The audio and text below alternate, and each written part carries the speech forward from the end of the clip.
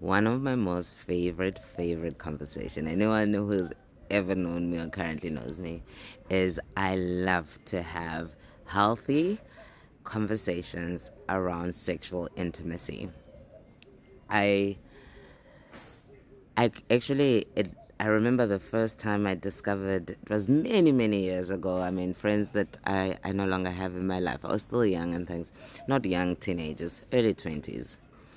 And when I found out that my girlfriends were having a get together and none of them had ever had an orgasm, be it an assisted one or a self given one. And it truly made me sad.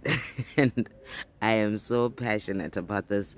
I have approached sexual intimacy, particularly within black families and black couples, from a very academic perspective. This is how much I believe in this.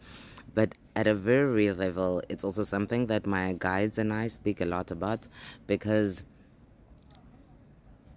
there's a lot. There's a lot.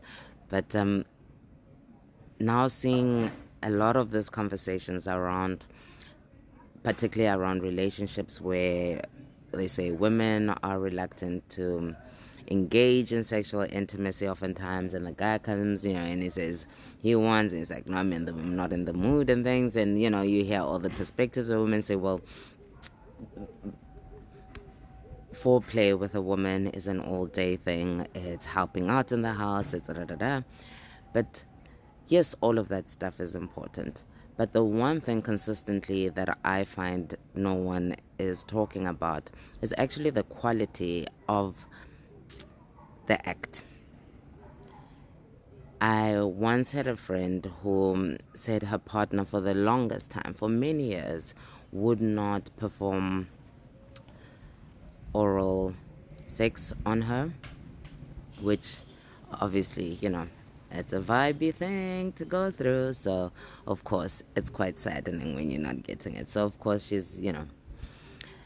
And this speaks to my earlier video about communication as well.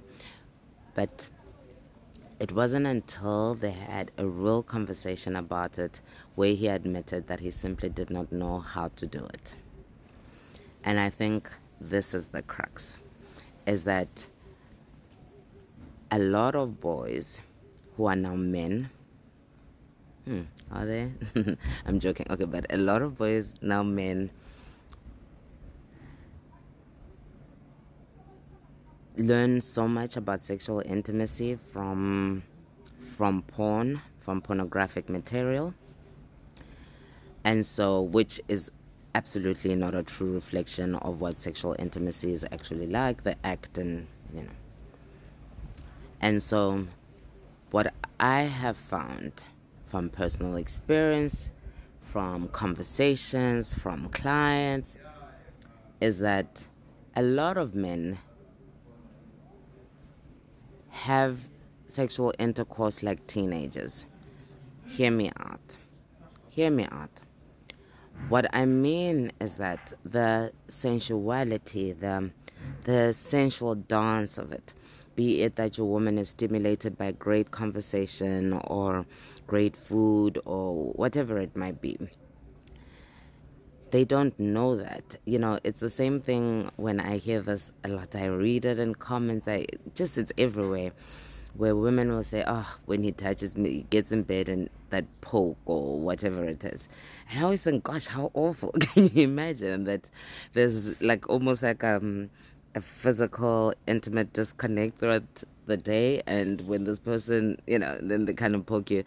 Oh, that would also kind of piss me off, because it's like, this is when you touch. And I read an article yesterday that was talking about the fact that, for a lot of men, intimate touch is only as a way when they are communicating that they would like to have some sexual play with their partner. And so, even how to touch, a lot of men don't know how, and there's nothing wrong with this. It's just equally, I've had this conversation before where I speak as well about the fact that a lot of women do not know how to pleasure themselves. And I always say this, I know it sounds crazy, but don't marry someone if they've never given you an orgasm. And everyone will say, there's more important things in you all day. It's about, can you walk? This person's going to be wiping your bum, blah, blah, blah, blah. Great. You can have someone who you can have a conversation with, who wipes your bum when you're older and things, who you also have great sex with. It's not mutually exclusive. It's not some contradiction. It actually is preferred that both coexist. you know so I don't buy this nonsense that somehow you this sexual pleasure is something that we must just compromise. And also, it doesn't make sense that so many women have the same complaint, so many men have the same complaint. There has to be something there. And what is not being spoken about, everyone will talk about 3 minutes he's on me and then da da da da. All of this tells us that everyone's sex life, not everybody, that a lot of people's sex lives are boring.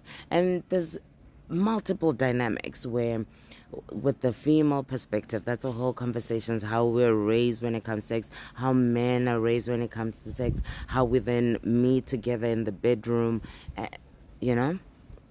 So it is the reason we are battling is because a lot of us simply don't know how to have it. We're not good at it. A lot of us. We simply are not good at it.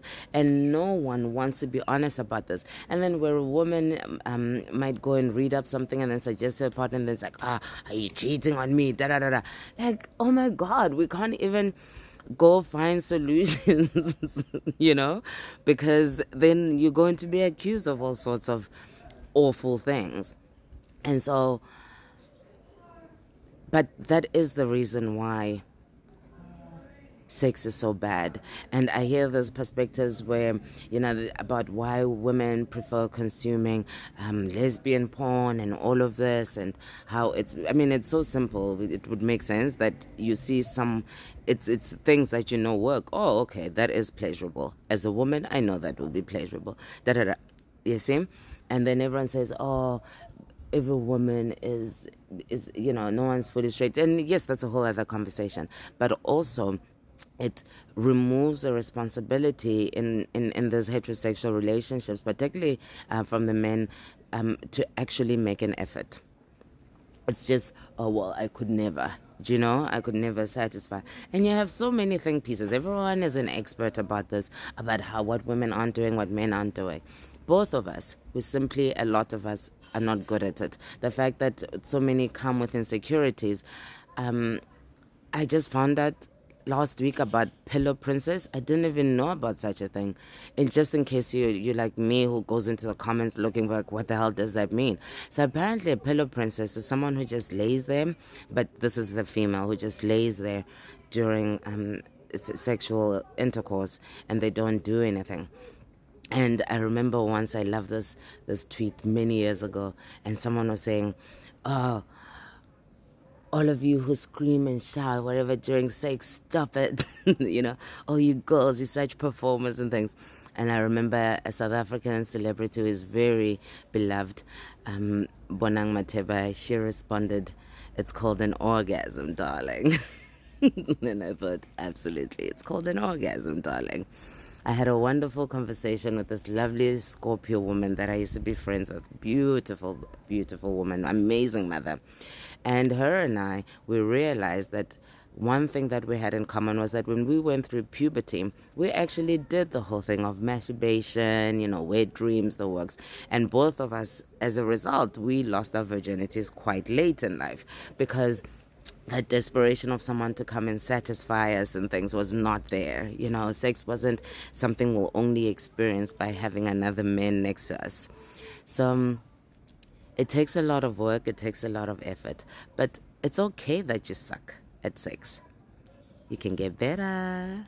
You can get better. Guys, let's be free. I'm not talking about bringing third parties and open what. I'm just saying, let's have fun. Let's be more explorative.